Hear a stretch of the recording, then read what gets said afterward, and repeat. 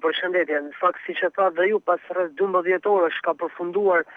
shkëmbimi i zjarrit të policisë pikërisht me tashmë viktimën rushdjarisht, ai i cili rreth orës 20:30 minuta të mbrëmjes kaluar ekzekutoi me armë zjarri kreun e grupit të forcave të ndërhyrjes së shpejtë në Shkodër Simon Gjetën dhe la më herët të plagosur 21 vjeçarin Besar Sherbela. Duhet thënë që për rreth 12 orëve policia me gjithë angazhimin e forcave të ndërhyrjes së shpejtë të grupit të Reneas, por edhe strukturave të specializuara e ka patur të pamundur ta bindë pikërisht shtetasinarisht dhe dorëzohej. Ndërkohë që sot në mëngjes rreth orës 7:10 minuta pasi kam përfunduar edhe thirrjet e fundit për vetëdorëzim, policia ndërhyri përmes armëve të zjarrit duke e ekzekutuar shtetasin rushdjarisht brenda banesës së tij ku ai qëndronte i fshehur dhe i kundërpërgjigjej policisë me armë zjarri. Të paktën sipas informacioneve që unë kam dhe ajo nga çfarë ka konstatuar policia brenda banesës së tij ka patur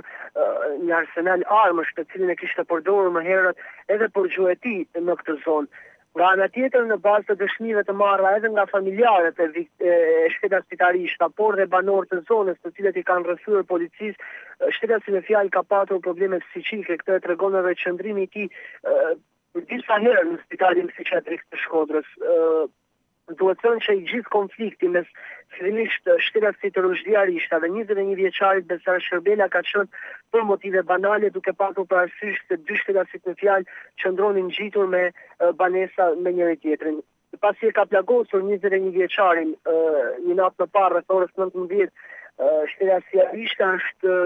është futur brenda banesës së tij dhe nga aty ka nisur gjithçka ku është edhe shkaktuar për 12 orë përplasja me policinë e shtetit. Duhet thënë që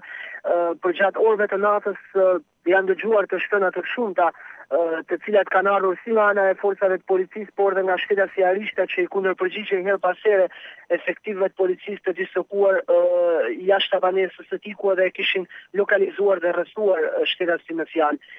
Dhe duhet thënë që vetëm rreth orës 7:10 minuta të këtij mëngjesi kur ka dështuar çdo tentativë për ta bërë të vetëdorëzohej dhe përballë kundërpërgjigjeve të vazhdueshme me armë, policia kreu edhe ekzekutimin e tij. Duhet thënë që ka qenë një ngjarje intensive,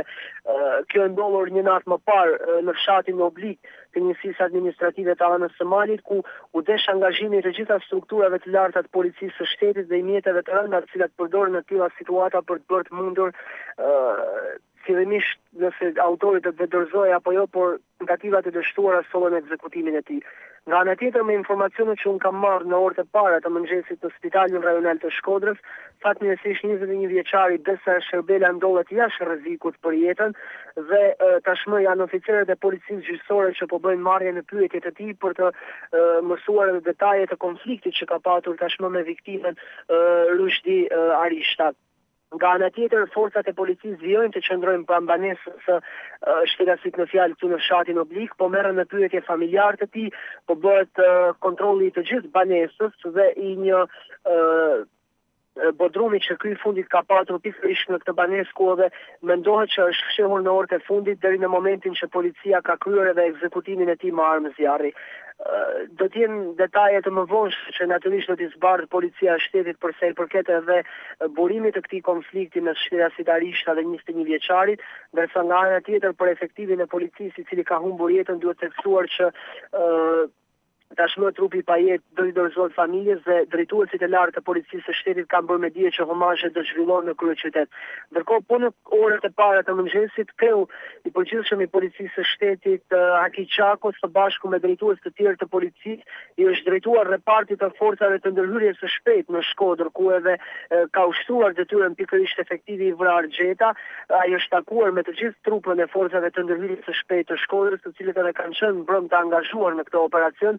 Përveç se fjalëve të muslimit ndaj kolegut të tyre që humbi jetën,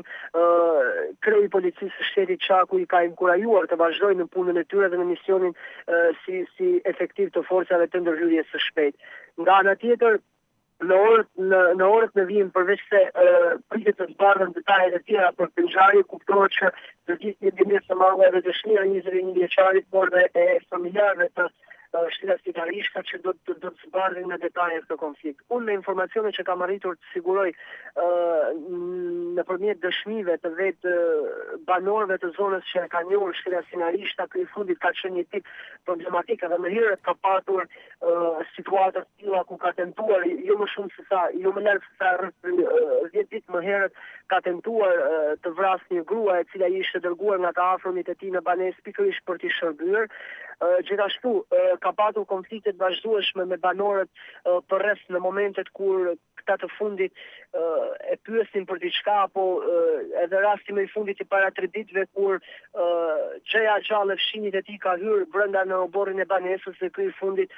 përmes armës së ftohtë e ka thërur një prej baktive të fshinjit e tij, çka kupton që ka qenë një tip agresiv dhe që her pas here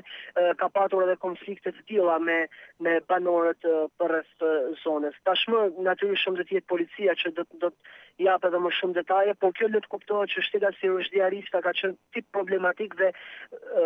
duket pak e çuditshme dhe mënyra se si spitali psikiatrik ka firmosur daljen e tij nga ambientet e spitalit dhe ardhjen në banesë kur ka shfaqur të tilla problematika.